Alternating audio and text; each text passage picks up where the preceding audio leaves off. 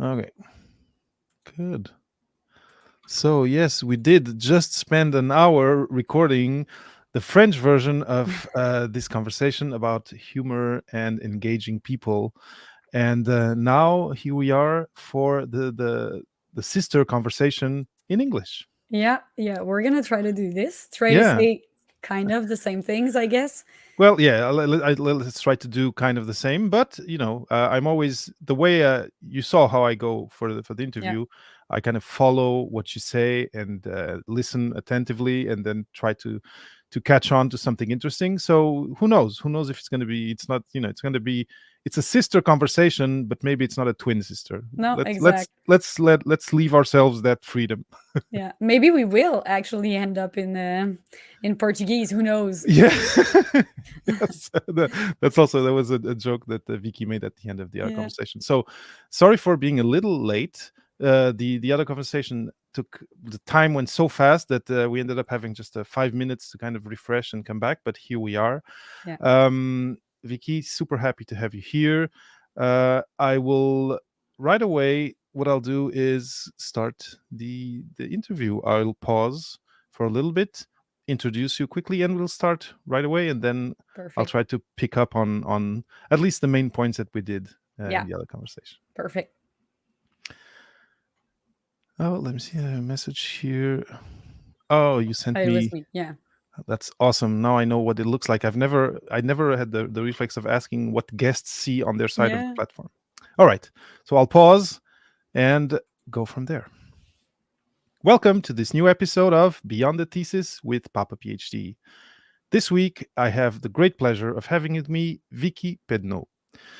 Vicky is a biologist, entrepreneur, humorist, a comedian.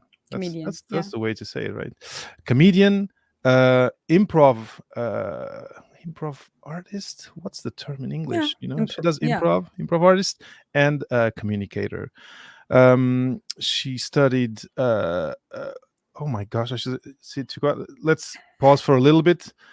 Just give me a second because I have Yeah. her bio. I'm trying to translate Translated. Yeah, live yeah, yeah. It's her hard doing her that. bio, and it's not. There are some terms that I need to make sure. Okay. Mm, so bear with me here. Mm, mm, all right. Performing arts. That's fine for me. All right. Now I can start again. All Okay. right. Let's go. Welcome to this new episode of Beyond the Thesis with Papa PhD. This week, I am over the moon happy to have with me Vikie Pedneault. Vicky is a communicator, biologist, entrepreneur, comedian, improv artist. And she did her high school studies in performing arts, followed by a bachelor's degree in biology to finally become an entrepreneur and a comedian in her spare time. She's a professional communicator and popularizer, and also a professional. Oh my gosh, what is this? Je suis une communicatrice et vulgariste professionnelle. Je cumule les formations continues en psychologie de Yeah. l'environnement. Voilà. That would be social marketing or Okay. engaging So psychology. I will edit this, but Yeah. I'll go on. So Vicky is also a professional communicator and popularizer, and has training in environmental psychology, Yeah. communication, and humor and comedy. So, Vicky, I may have to re-record this intro, which is fine, with the actual right definitions of what you do and what you're trained in. But welcome, super happy to have you here on Beyond the Thesis with Papa PhD. Too, and thanks for laughing for with this moment of me kind of scrambling to do this Yeah. live translation. But I live that every day because when I switch from French to English, every time I'm just like, okay, wait, this is just translated word by word. Let me rephrase this. yes, well, and I should know, I'm a translator, so I should know the Okay. terminology. Sometimes terms are, you can translate them word by word, and here, of course, there were two or three that I had needed to have done my homework. Ah, but well, which I'm which I really like. happy to know that popularization is a Yeah. term that I can use now, because I was Oh like, yeah, it do is. people really use that? Or okay, No, no, no. It's a coined term. You can use it for sure. perfect. Yeah, Happy to but know it.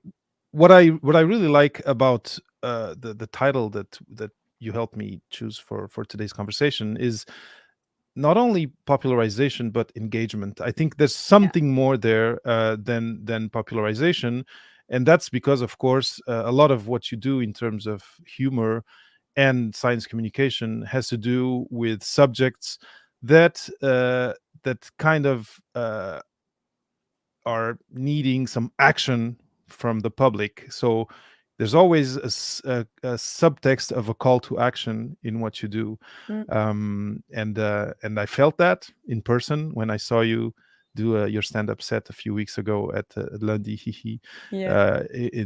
during the week. Was it previous to the week of the ACFAS Congress, Yes, or it was just before that. Yeah. just before? So yeah, I think there's now I have to kind of act as if we didn't have that first conversation and that I'm ignorant about all of Exact. this, but Exact. it's super interesting how humor can be very instrumental in helping us address very tough subjects, and sometimes engage with audiences that are maybe not ready, maybe a little skeptic, but that are not directly open to hearing about these subjects. So Yeah, exactly. Well, like engaging is the end of the road of science, because like if we do science not to engage people, then why do it? Like we study things, we research um numerous subject like health subject or environmental studies or whatever,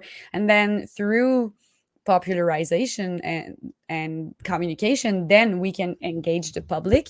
But it's really three completely different sets of skills that are required throughout this process.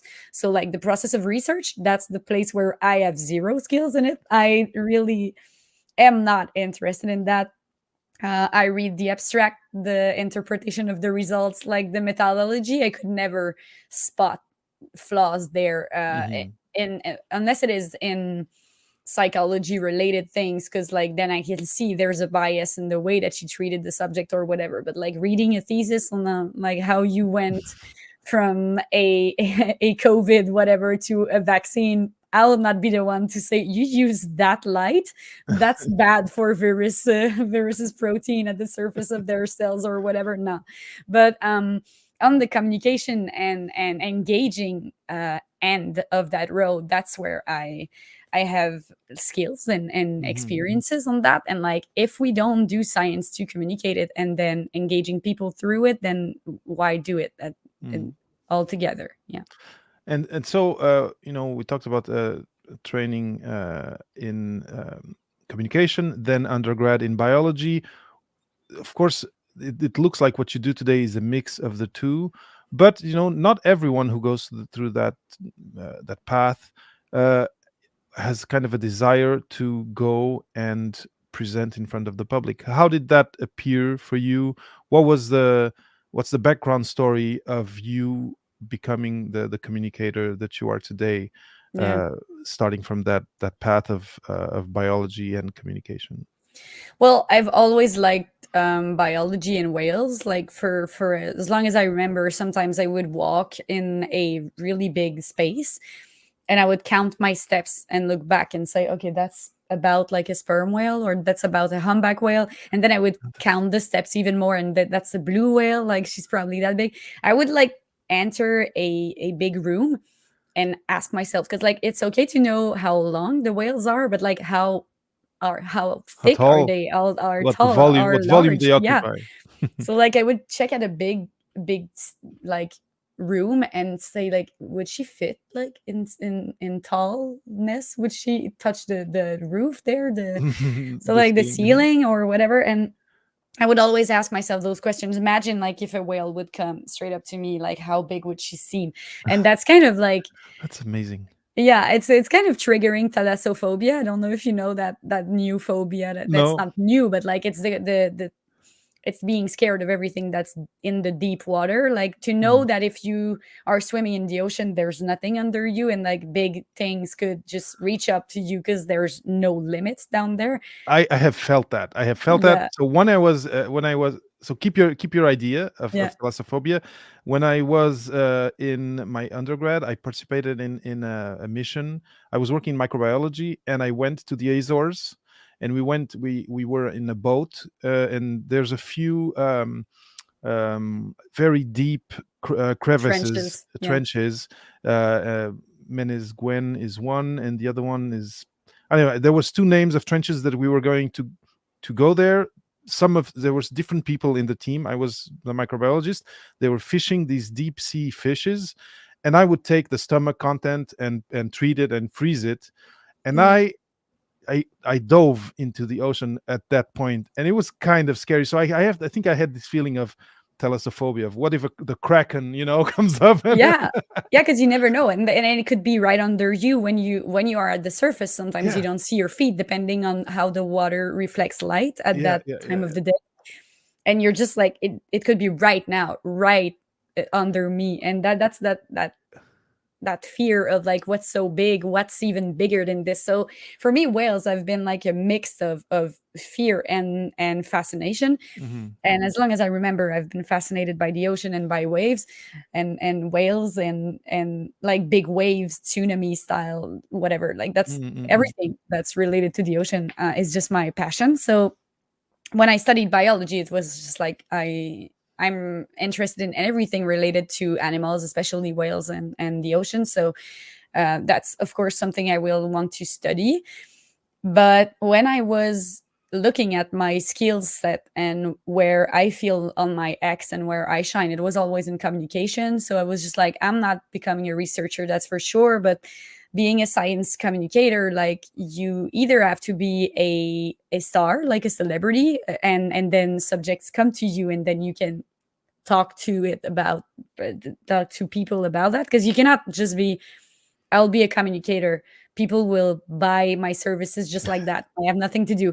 So like that's where entrepreneur lifestyle just became an obligation, because I was like, if Mm. I want to live through this, I have to make my own market. And to make my own market, I have to be an entrepreneur. And in my past experiences, job experiences, I was seeing that I did not fit the regular, like I'm the worst employee. Like I have way too much initiative.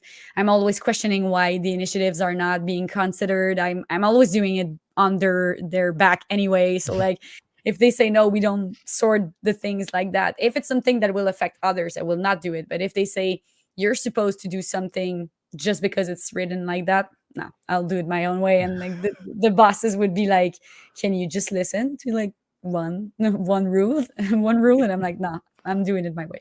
So I became an entrepreneur to stop that on poor employers that would have to deal with my my Mhm. too much initiative and leadership Mm. personality.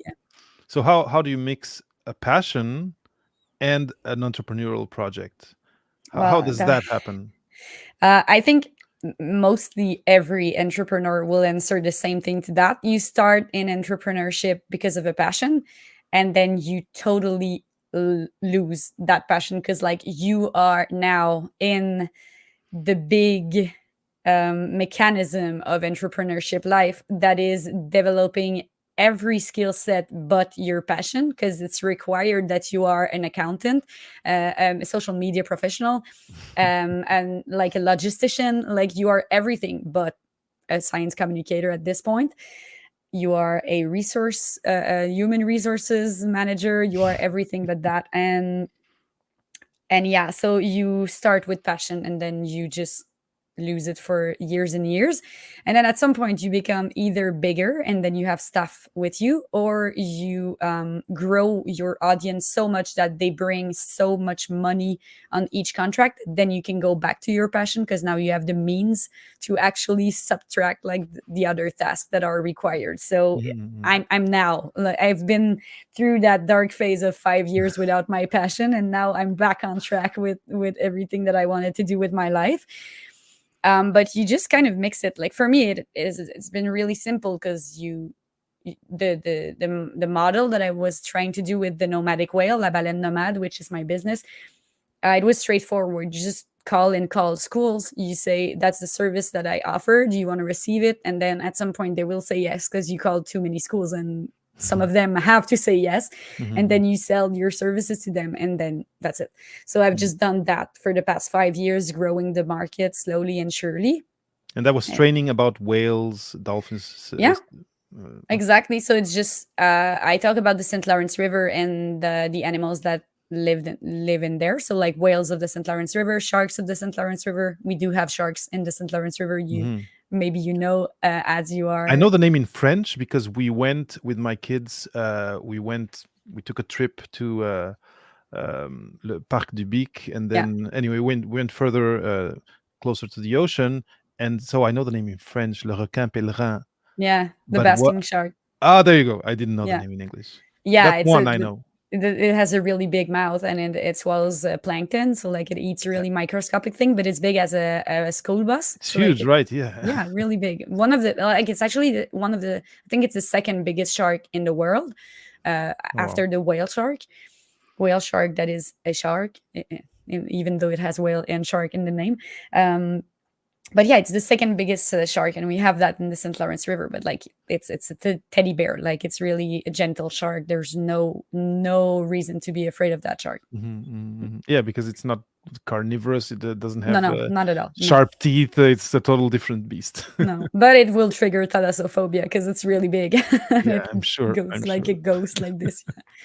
Mm, And so you started with this business of going to talk about what was your passion initially to kids in schools, yeah, but today, so like when I saw you, when I met you, you were giving you were this was a stand-up evening, and you had a set where you talked about echo anxiety. I don't know if that's the term in English now. yeah. But zero. I don't know how to say zero déchet in English. Zero, is it zero trash? Zero waste. Yeah, Zero zero waste. waste. You Mm, were talking about zero waste, and you were making us laugh about it, but also think about it. I was gonna say cringe, but maybe cringe is too much. You were like walking on this rope of making us reflect on a subject, making us laugh at certain points, and then think back at our habits. yeah. What's that side? How did that side of what you do develop from your other activity? Well, like from a young age, when I was talking, young age, let's say teen and more, when I was talking about facts about animals, people were saying, that's so funny when you say that, like it sounds like a stand-up comedy. You should do stand-up comedy Hmm. talking about that. And even in my conferences later on in my business and stuff, people were like, that's almost stand-up. And I was like, Hmm. yeah, not exactly, because stand-up is an art and skill and a competence that you have to develop throughout the years. And then I started like thinking, maybe I can try to do that. Maybe people say my scientific version is so funny it's almost stand up. What if I can do stand up with science? Because like there's not much people doing that right now. Maybe in the English market a bit more, but for the French market, it's not something really developed uh, and large in the population. That there's Hmm. not much comedian doing that. So I wanted to try that. and and what is like crucial with talking about the environment or science is that people already have opinions on that subject. They already have emotions related to that subject. So you have to thread lightly. Like you have to think about how you're gonna work the subject. And there are many parallels that you can do between comedy and the environment in general. Because, like in Hmm. comedy, you have to pay attention to how you are positioning the public with you when you work on subjects. So like there's a regular notion in comedy that if you uh, do a joke, you have to punch up. So like you have to punch a person that are more privileged than you in a society or whatever. If you do a punch down, it has to be so obvious that it's not your position, your real position, that like it will fall in the absurdity of how you could not take that position for real. Like if you Mm, punch down on kids having cancer, saying that they just want the attention, like of course you're way out in the absurdity. Nobody thinks that for real. So like maybe that's a punch down that you can try to work on, but you're gonna lose some of the public sympathy at your towards you. So like you're gonna lose some, that's for sure, mm, but mm, most of the public will understand what you were trying to do there. But like for me, if I was to go and do a joke like straight up on cancer kid like that, that would be just a punch down. Like they are kids, they're younger than me, they are ill, like there is not, the public is gonna do, that's not funny. Like mm, you're just being mean to someone. um and it's the same in the environmental subject, because like if I am just being mean to the person listening to me, and if I'm saying something like, can you imagine people are so stupid they put like boots in the recycle bin, and the person was like, I thought it was supposed to go in the recycling bin. She's gonna feel like I'm being mean to her because I'm targeted. saying Mhm. people are just so stupid thinking about that. So you have to always think, what is the public feeling regarding the subject that I'm treating right now? And how can I make them feel that they are intelligent enough to understand what I'm saying, that they are on my side, that we are the same, them and me. Even if I'm a pro in the environmental field, I feel the same way as they do. And that's what I do with my comedy in regarding zero waste. I'm just saying, the first thing I'm saying in zero waste comedy is like, I hate that movement. I don't hate the principle. I hate the name.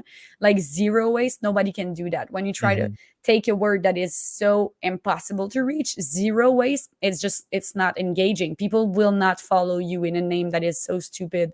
Um, we would never see that in other contexts. Like we would never see a TV reality called Zero Stupidity. Like that would be impossible to reach. So like don't call it that name, because people are not going to Mm, listen to it. They're going to feel it's stupid. So like that's what I'm trying to do, is just like get people on my side. We're on the same side. I hate that name, Zero Waste. Like I the movement has been too popular, and some of that movement is not related to my reality in the day-to-day life. So like I'm on mm. that with you, and people feel engaged because they feel that we are talking the same language. So there's an exercise from what I'm getting. There's an exercise of empathy there. Of okay, I believe this. I have this information that I've learned because I'm interested, because maybe it's a subject that I'm anxious about and that I need to to read about every day, but not everyone has. And because you have this empathy, you have this you start the process of writing your content thinking of, okay, there's a whole gamut of people, and I want to establish a commonality with all of them, or Mhm, with as many as possible. I will have to forget all I know, and forget the, let's say, the best case scenario, that I can push through all the messaging that I want to, and say, okay, what are three, let's say, ideas that I can push through? What are things that can stigmatize people? Because it I might, like you say, I might be punching down. I find mhm. it really interesting. There seems to me that there's a lot of work of some introspection, but empathy in Exact. in Well, doing this work. the thing you said is like textbook what I'm working when I offer trainings or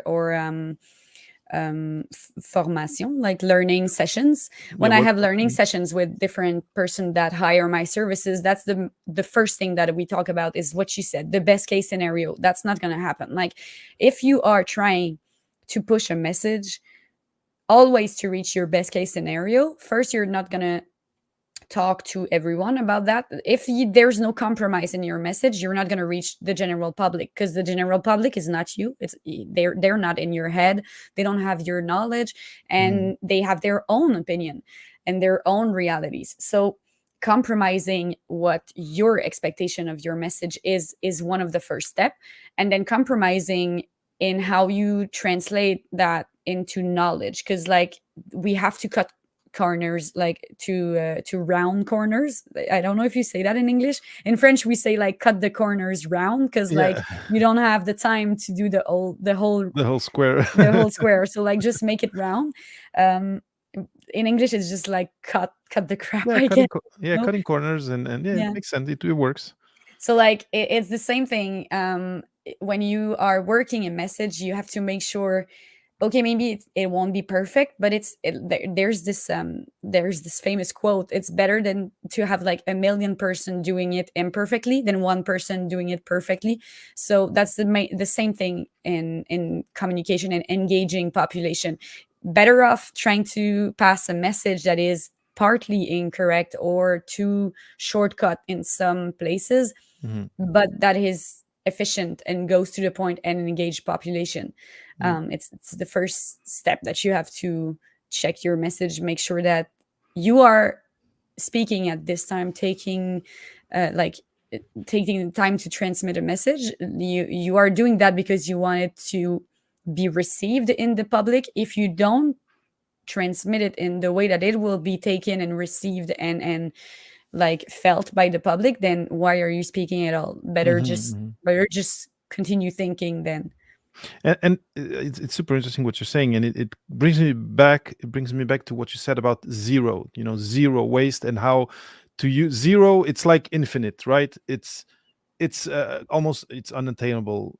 Exactly. Actually, in this context, it is unattainable. I think it's aspirational, but so these subjects, let's say zero waste, let's say climate change. Th- there are, these are subjects that are very divisive in our society today, and there's some people in the extremes, but then there's also people in the middle.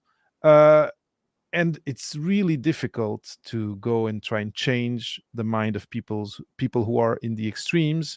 But then in the people who are in the middle, sometimes they're just not attuned. They might be, it's not part of their daily concerns.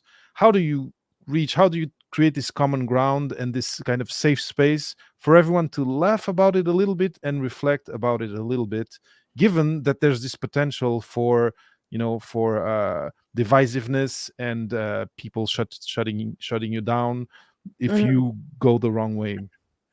Yeah, exactly. Well, um, the way I see it, the best way to make people feel like they are connecting to your message is to speak their language and speak their reality.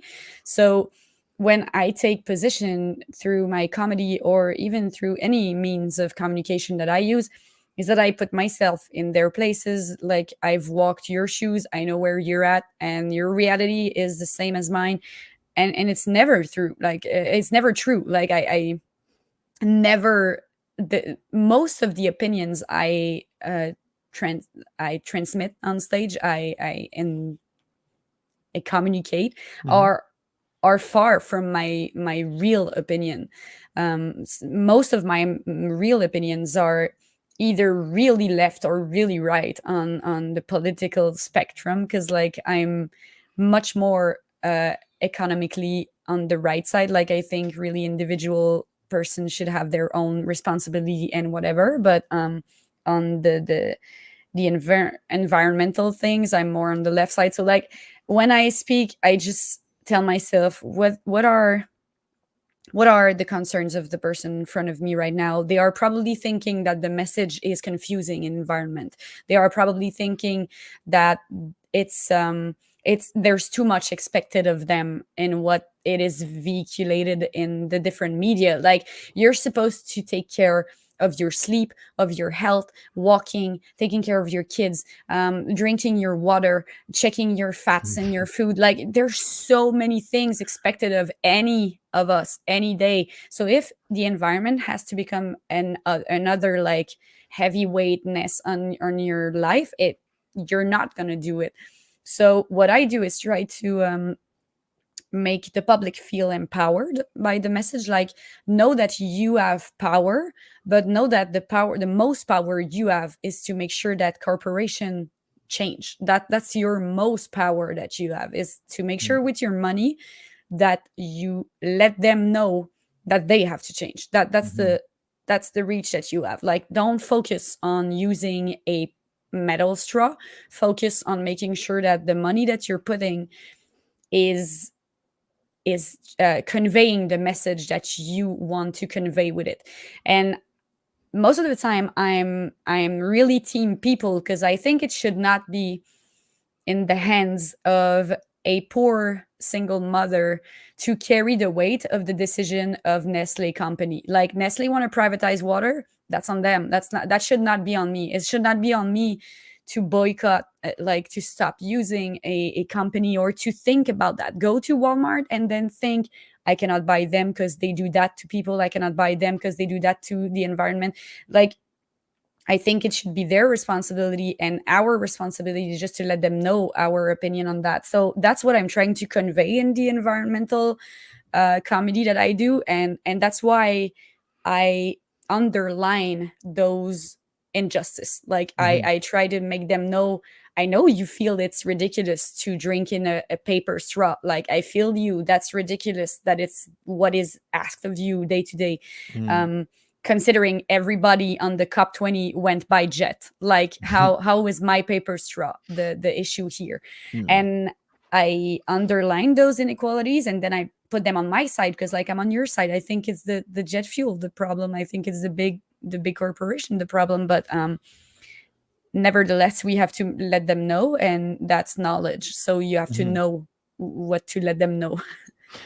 And so these are very difficult subjects, like I said, because they affect people's day to day. Like you said, people who have other worries, feeding the kids, like so many other things to worry about. Um, and my curiosity now is, how does humor why is humor a good tool to pass some of these messages? What is it about humor that makes it work, that makes people engage, when, let's say, if there's just a normal radio, uh, a normal radio article or whatever, or segment, they'll just tune out and change and listen to music. What is it about Hmm. humor that has this kind of magical properties of getting people to listen and engage? Well, there are two things. So I'm gonna state the two things before going through the explanation. Um, Humor allows us to alleviate the emotional weight of certain subjects. That's the first. I'll come back to that later. But it has been many times proven by many articles that I can follow you on the website or whatever, that the use of comedy in education and pedagogical contexts is really good to first stimulate the person to catch back their attention. So like when you are speaking really monotonously, or even if you're speaking dynamically, the subject that you are conveying are really serious. They are learning, uh, they are trying to learn something. So everything Mhm. that you're saying is like knowledge and heavy Data stuff. heavy. Hmm. Yeah, exactly. And then when you trigger the spark of humor, their attention gets back to like, oh, that was surprising. Like it creates a surprise effect. It's the main thing in comedy. It's the surprise effect. Like a joke is funny because you were not expecting the person to say that. Like if you are Hmm. expecting the joke, it's never going to be funny, like 100% of the time. You can try it. Sometimes I say I will start a sentence in a comedy bit, and I will like, there's a French joke because the name of the sperm whale in French is cachalot, and it sounds like hide in the water. Like it's as if the whale would be called in English the hide in the water whale. Yeah. So like when I say, oh, where does the whale hide, and then the person, before I close my sentence, they are, it hides in the water because it's the name of the whale. Yeah. Um, so when people finish your jokes like this, it's not good joke. Like I just say it because I like to make the dad joke of it. Like Hmm. I know it's not a good joke. It's just, it's my style. But you have to create surprise, and when you use comedy in educational context to create surprise, it's gonna catch back the audience attention. And one other thing is, like, it has been demonstrated also that when the person is trying to learn something, they have to create new neuronal connections in their brain and associate different parts of their brain with new information coming in. And the use of comedy allows, like, benefits or enhances that capacity of creating new connection. To which extent, I don't know exactly, because we'd have to read the articles to make sure, like, is it like 1%, Mhm. 20%? I don't know. But like it does get better learning with comedy, and more teachers and professors have like they have, I don't know, formation or learning skits about how to use comedy in their context of educational purposes, because it allows the students to engage more with the learning, the academical content that they are trying to convey. Mhm. And the second part was related to the emotions, because the environment, especially, or any health related subjects like COVID, for example, but like obesity or ways to run your life that would impact your health later on. Those are sensible subjects. Educating kids is a sensible, like, kids psychology. So if you tell parents you should not say that or do that, it's sensible, like straight up, of course, just like the environment. And those subjects are related to emotions. The people that you are talking to already have their opinion, their emotions related to Mhm. that Mhm. subject. They are coming with a baggage, like a wallet full of how Yeah, would you baggage. say, You can say baggage. You can say, baggage? Okay, yeah. yeah, they're coming with So like their baggage. Yeah. they're coming with their own experience of that subject. And when you are walking on that tightrope of trying to convey messages, you're going to be confronted to what they are actually experiencing in that subject. So the use of comedy will kind of what's désamorcer in English?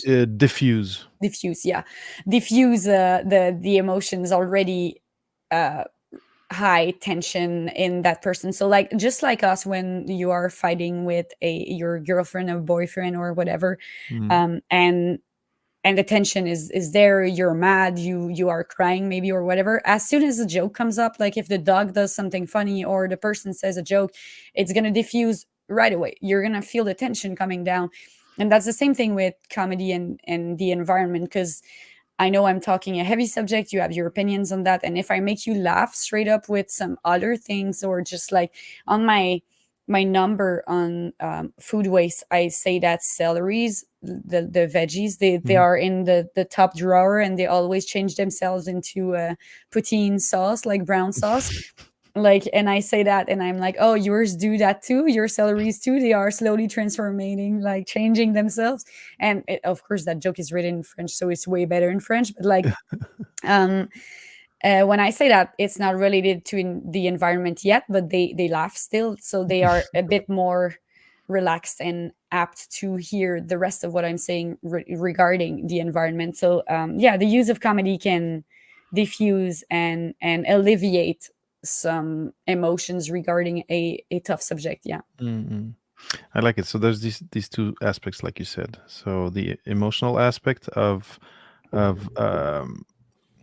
making the conversation possible because the tension went down. But then there's also the kind of, I guess, physiological, neurological aspect of humor makes things more memorable. That you can mm, you're able to retain more if there's an emotion attached to it, and that, I think that's well known.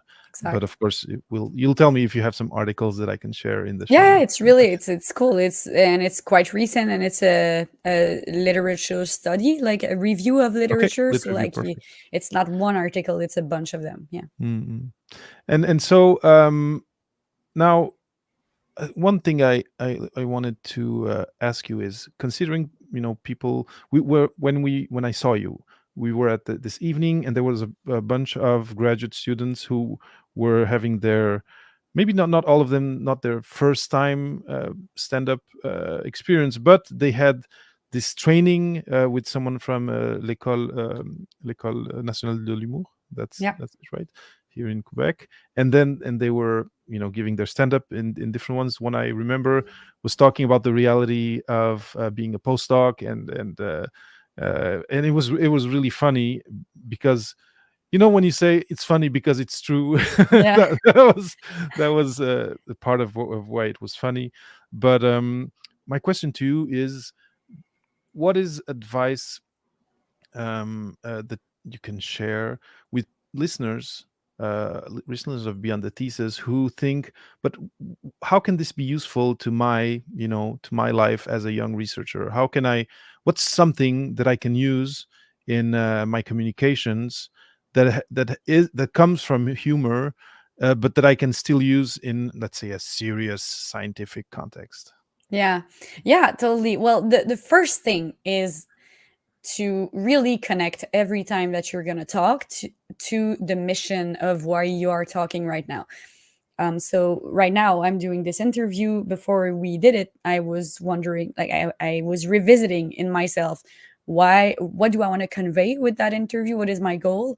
Um, if your goal is because you're being forced to talk and just you have to present your thing, then it's kind of less of a worry for you whether you're going to be funny or not, because you're not going to ever say that again, so what's the use? But Hmm. the use of comedy makes you better every time you speak. The use of comedy makes you more at ease with your communication. You feel more confident straight up when you are funny. Like the one arguably one of the best things I can suggest to everyone in the science field is to start every communication with one joke that you have that can land every time. You can uh, act as if you were dropping your bottle of water or whatever and then just say a joke on that. You can invent it, you Hmm. can create the moment, but if you can land the joke in the first 20 seconds of your communication, you're gonna catch the sympathy of the public, and then it's going to be easier for you for the rest of the presentation because they already like you a bit more, just a bit. But that's how comedy works. It makes you do like this with the love of the public. Every time you land a good Hmm. joke, you crank in your sympathy and empathy regarding them.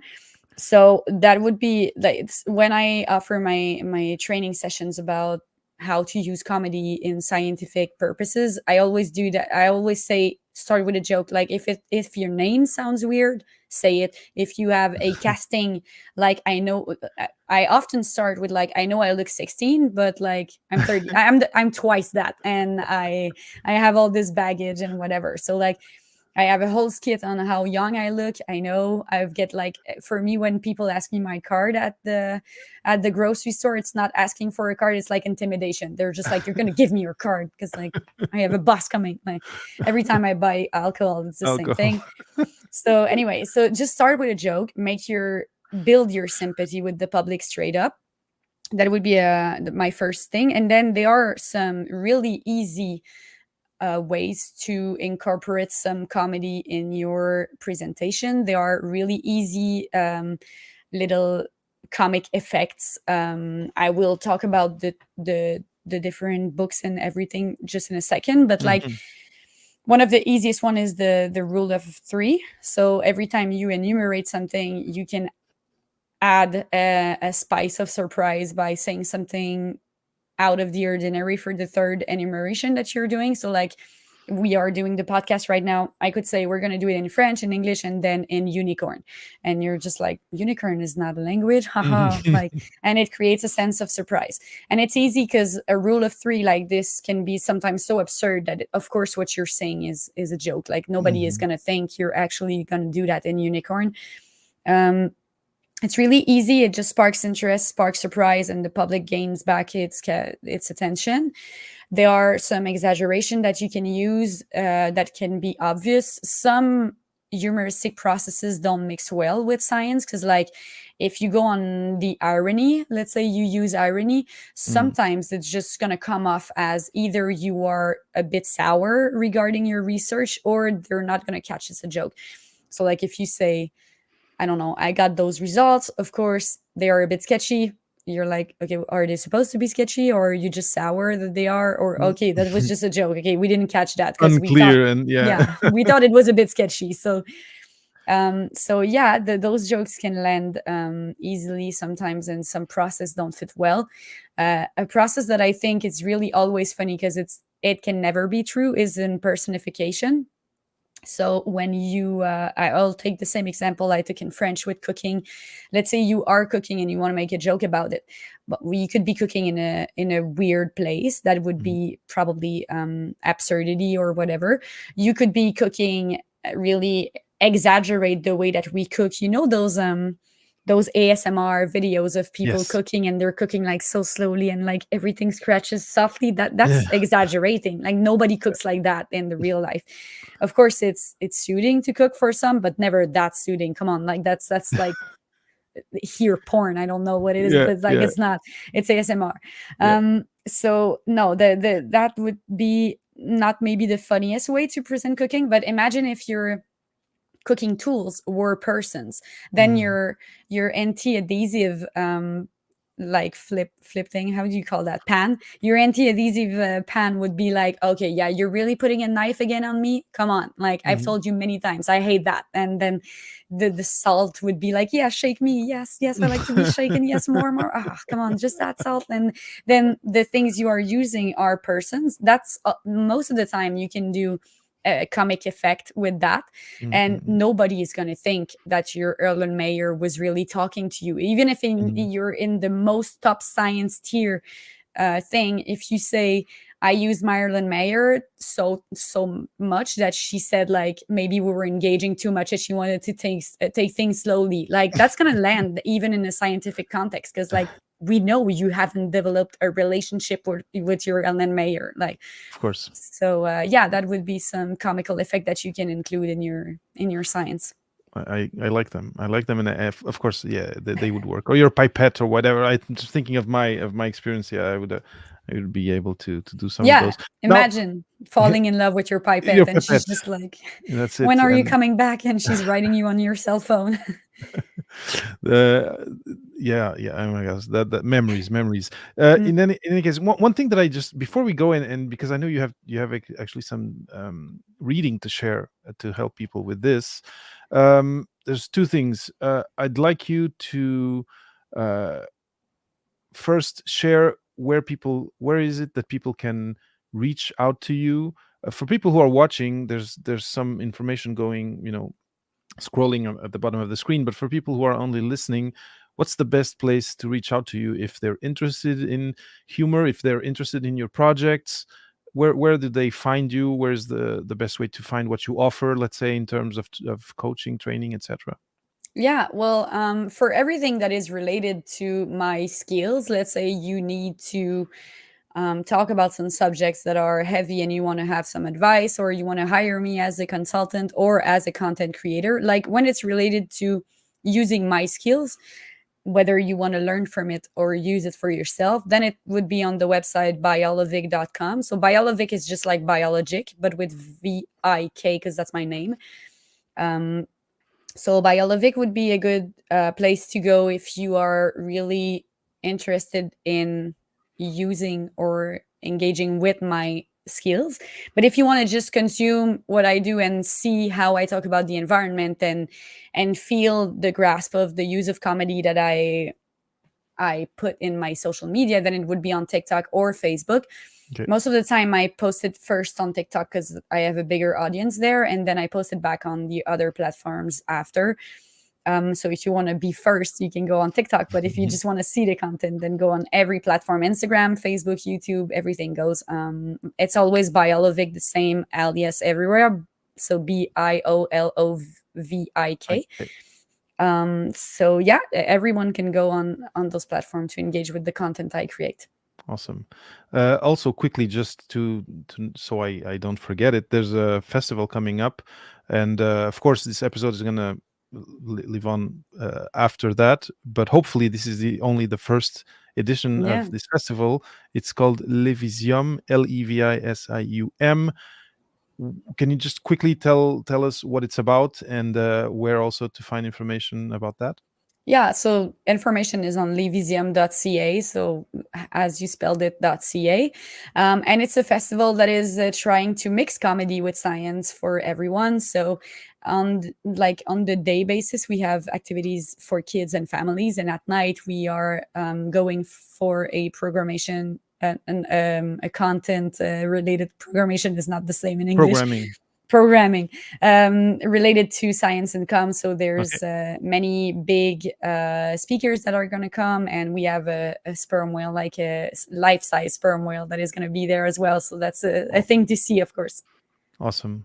Uh, And now, so if you want to reach out to Vicky, the links are there. Again, Biolovik is the alias everywhere. If you look for Vikie Pedneault on LinkedIn, she's there too. Yeah. And she's really nice, really easy to talk to. So if you have some questions for her, don't hesitate.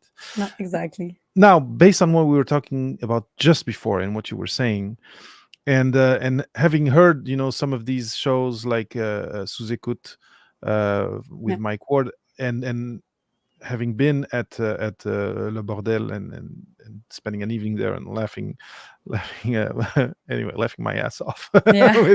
with some people, I my question is the following. So professional comedians, they test their jokes on audiences in these small venues. Is this something also that if you're trying to start as a comedian, or trying to start including humor in what you do in your communications, is it something that you recommend to test it out on smaller and closer audiences before putting it out there in the public? Yeah, well, if the joke is the main issue of your, well, there are two ways to answer that. If the joke is the main purpose of your communication, then yes, you should always test it. You should always try and test comedic processes straight up on stand up in comedy clubs and stuff like that. Because like if your goal is to be funny, that's like a muscle. You have to train it. You have to become funny. You can get better with those skills, but like you have to practice it. Hmm. But if your goal is only to add some humor to your regular presentation, and the joke is never the center of the process of what you're doing, like you're not creating content to be funny, you're creating content and then you include some funniness in it. That's a different process, and maybe you can just read on some subject. Like there's a really good book, How to Write Funny by Scott Dickers, and there's 3 books of that: How to Write Funny, How to Write Funnier, and How to Write Funniest. Those are like the steps to get more and more funny, of course. The comic processes are really well explained in that. There's many examples of every time. He basically tells you how to write jokes, Hmm. so how to make them the best jokes that you can do, and the processes to get there. And you said it before, the l'École nationale de l'humour, the comedian national school in Quebec, is one of the best schools to learn comedy in Canada. So you can go there, take classes at night. You can just take one class. It's not expensive, and then you get to write with other people, try their joke on them. They're a good public. They're used to people that are not so good with humor still. Um, but really, you have to ask yourself first, is comedy the purpose of my communication or just a tool? That's different how you treat it. And if you create content, let's say you're like, oh no, I just want to talk about plants on TikTok and make people engage a bit more with plants. If you're not doing it with comedy, you're 1 in 1 million. Like, you can try that, but that's just playing lottery. Like maybe Hmm. you're gonna get popular. Most of the time, you're not gonna get popular. It's like with your podcast. Like you have created that thing, and you've worked hard, you're persevered, and you have mastered that skill over time, and you've included efforts into that, so now it's popular. And it's the Hmm. same with comedy. Like if you just go there thinking your things will just fall and be funny on the first time, no, it's a work in progress. And if it actually gets funny and popular like that, it's just the lottery. You just won the lottery, that's it. There's no skills in what you've done, it's just chance. Yeah. There's a luck aspect to it. Mm, So what the message? So we're really getting to the end of the interview here. So let's start with what you just said. If humor is what you want to focus on, you'll need to work at it. You can't have this luck of having this one thing you create become viral, which is the no. term that now we use. But it's, Yeah.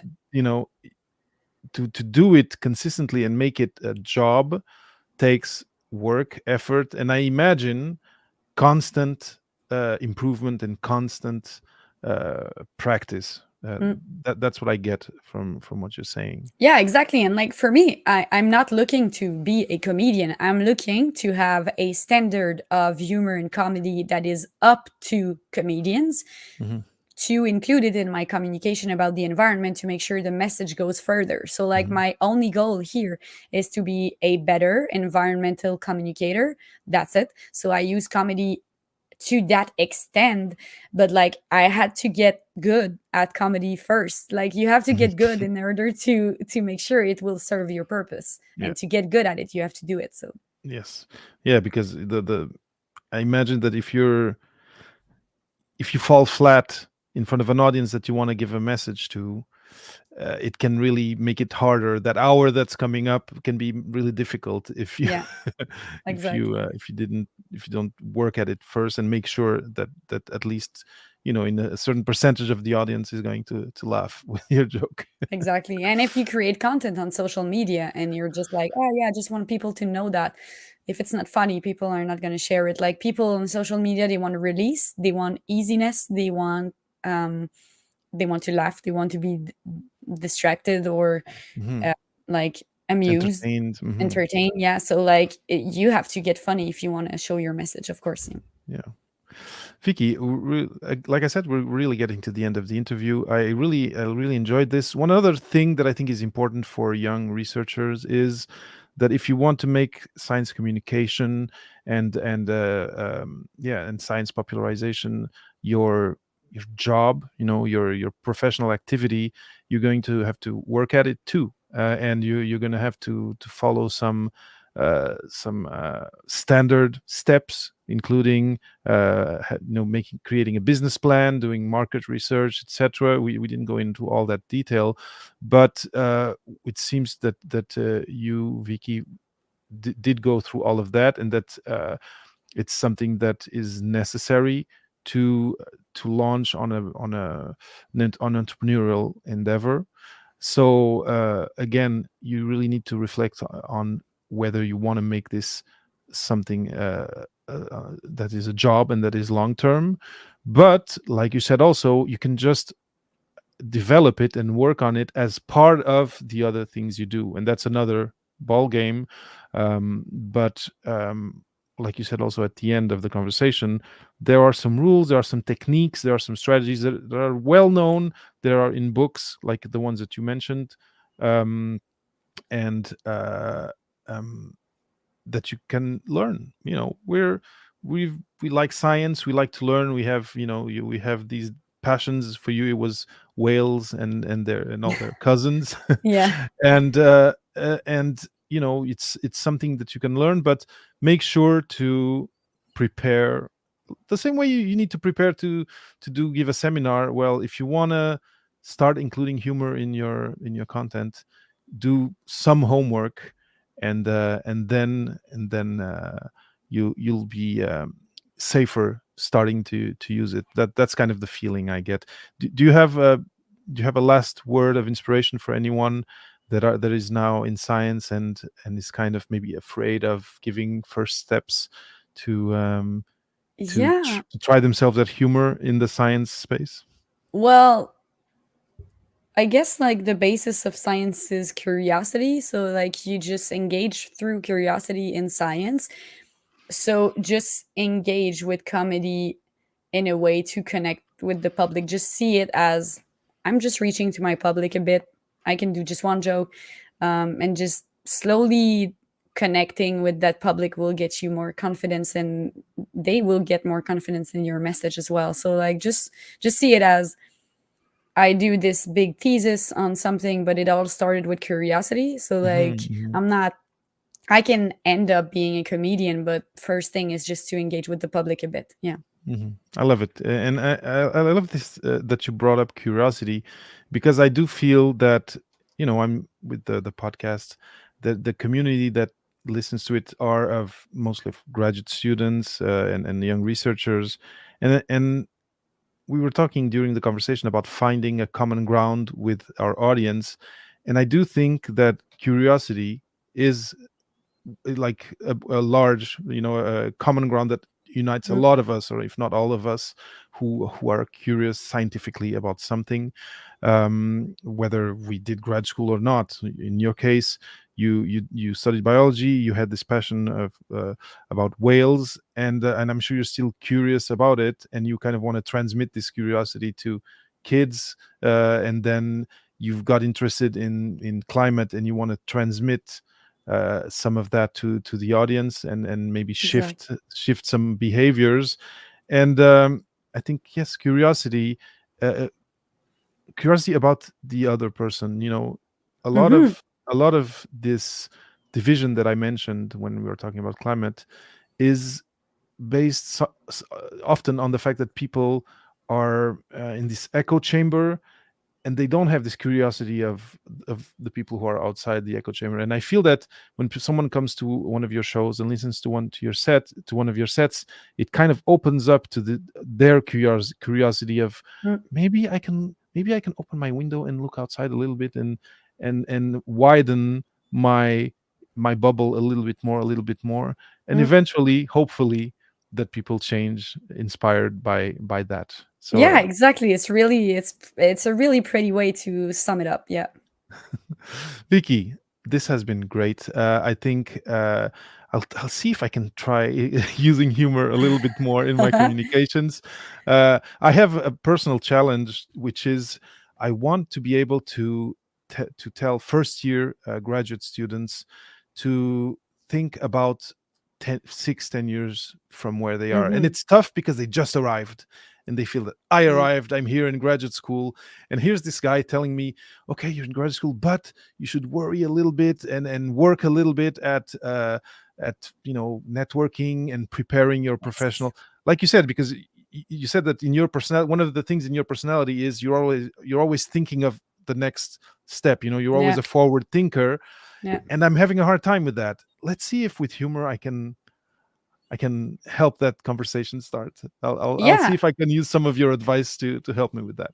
Yeah, of course. Well, people like they sometimes they are saying even if, when they are like 15 years old, I want to be that later on. So like just do that all the time. Just continue to ask yourself what you want to be in 6 years, Yeah. even if you're 32.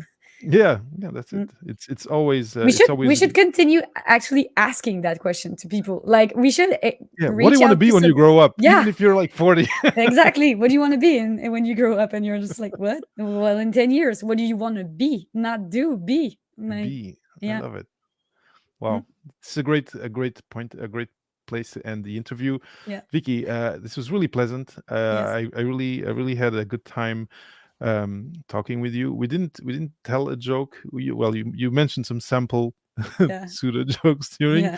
but I really find this interesting. I think it's a great way to also play with your content and with what you do, because sometimes it gets too serious, Mm. and I think it's another way to for people uh, who are like with this tunnel vision of putting out articles and presenting posters, to spice it up a little bit, and, Exactly. and, and Just make like it the a little bit Joker said, why so serious?